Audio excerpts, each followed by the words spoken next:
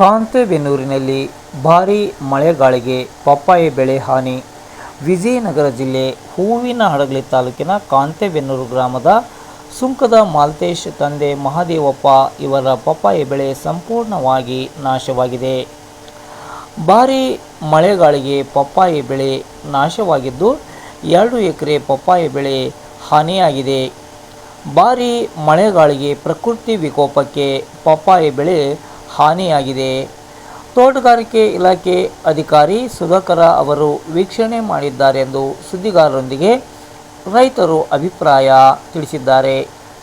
ಈ ಬಾರಿ ಮಳೆಗಿಂತಲೂ ಗಾಳಿಯ ವೇಗ ತೀವ್ರತೆ ಅತಿಯಾಗಿದ್ದು ಬೆಳೆ ಸರ್ವನಾಶವಾಗಿದೆ.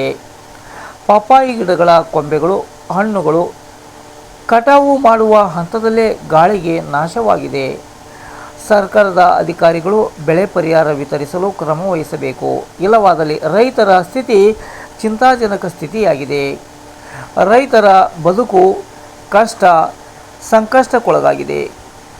ಪಪ್ಪಾಯಿ ಬೆಳೆ ನಾಶವಾಗಿದ್ದು ರೈತರು ಚಿಂತಾಸ್ಥಿತಿಯಲ್ಲಿದ್ದಾರೆ.